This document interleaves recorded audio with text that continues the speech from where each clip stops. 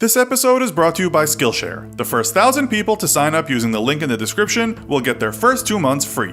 North America leads the way for having the most casinos, which was 1,623 the last time someone counted in 2011. The US casino gaming industry itself is huge, with a revenue in 2016 of $73.1 billion.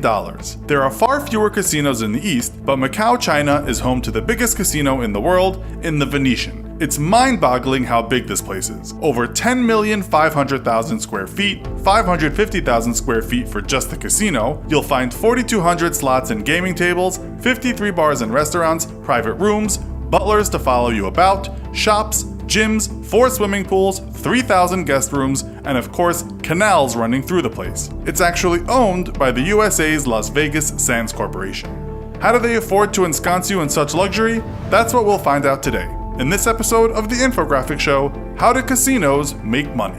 The simple answer to this question is they take your money. They do that by hoping you will gamble, because in the end, the house always wins. In 2015, CNN reported that some casinos weren't doing as well as expected, only because fewer people were gambling and going to places such as Las Vegas just to have a good time. But let's forget for now about all the cash you might spend on food, drinks, shows, rooms, and whatever else is on offer, and just concentrate on the gambling.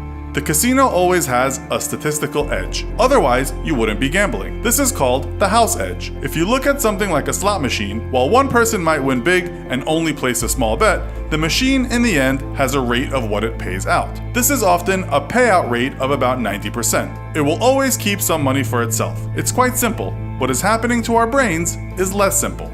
It's proven that gamblers play faster when they've been losing, because they are expecting that one big win to come. What these slot machines do to make us keep playing is keep offering us what are called near misses. While it's irrational, the player sees this as almost winning. They get a dopamine rush and play on. Science tells us that what happens in our brains with these near misses is almost the same as what happens when we actually win. It's exciting after all, until it's depressing and your pockets are empty. We are told that these machines are designed in a way to give small wins often, and this makes the player feel as though they are winning. Lights will flash during these wins, music will play, and the player ends up thinking something good has happened. The machine payouts are based on thousands, if not millions, of spins, so don't go thinking just because some poor dude lost a fortune, you will do any better. Conclusion: slot machines, like cell phones, are made to addict you, and they always get their percentage. If you haven't hacked them, that is, something that has happened numerous times in the past. Let's move on to roulette. Okay, so you've taken advantage of the free buffet, and your inhibitions are not what they used to be after you were plied with those free drinks that the casino was hoping you'd take. So, all that money exchanged for chips goes into the drop box. This is called the drop. The casino has an edge on the players of 5.26% on the roulette table. There are even and odd numbers and black and red colors, but there is also a green 0 and sometimes another green double 0. As the casino always has this advantage, it will win. It doesn't want to bankrupt you too quickly though, so it takes its time. If you take that aforementioned percentage, it means that for every $1 million bet, the casino will take about $50,000. It gets trickier though.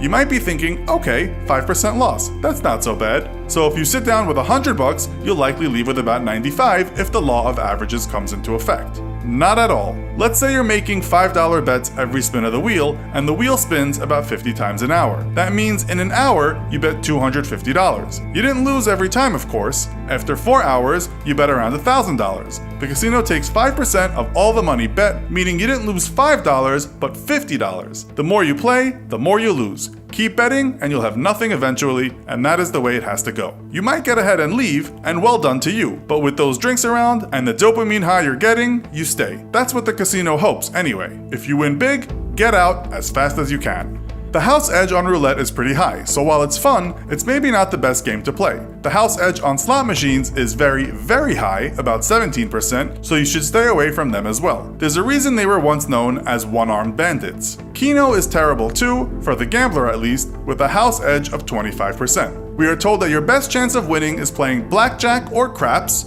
0.8% house edge, and baccarat, 1.06% house edge. If you learn the correct strategies to play these games, all of which are online and easy to follow, that will be the house edge. If you are not the brightest gambler out there and follow no strategy at all, the house edge increases commensurate to the brain cells functioning properly in your head. We should say that because of the house edge existing at all, in the end, if you kept on playing, the casino will take everything. But let's talk about blackjack. The house edge with this game is only 0.5%, and ain't that much better than 5%. The problem here though is that some players are just bad players, and that poor strategy, as we just said, can be costly. It often puts the house edge up at 2 to 3%, and that's not uncommon. So know your strategy. With a good strategy and lady luck on your side, as well as a 0.5% house edge, playing blackjack is a good bet. With poker, it's a bit different of course. In this case, the casino takes what is called a rake. This is quite simple in that the casino takes a percent of the pot, somewhere between 5 to 20% of the pot, with sometimes a cap on the amount. You might also just pay for your seat at the game, or pay by the hour or every 30 minutes. There are other more nefarious ways casinos make money, perhaps having beautiful women milling around, which a lot of male players want to impress. Then, as we said before, there is sometimes free alcohol. It can't be understated what a dozen gin and tonics does to a person's strategy, while people just forget about the consequences of losing when they are in the midst of a Jack and Coke high.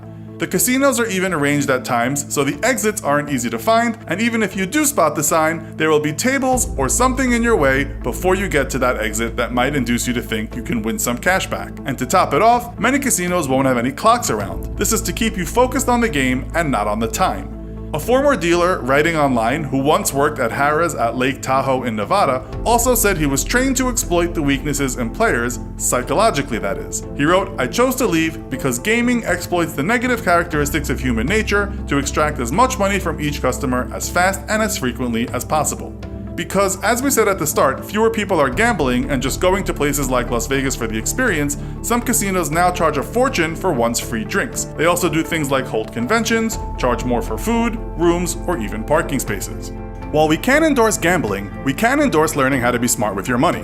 If you're struggling to get your finances in order, we suggest taking a class at Skillshare called the Core 4 of Personal Finance. This class will teach you about the major principles behind saving and investing.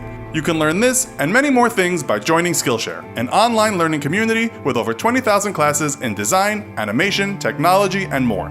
Premium membership will give you unlimited access to topics that will improve your skills and, in the process, your life. The first 1,000 people to sign up by visiting Skillshare.com/infographics28 or clicking the link in the description will receive 2 months of Skillshare absolutely free.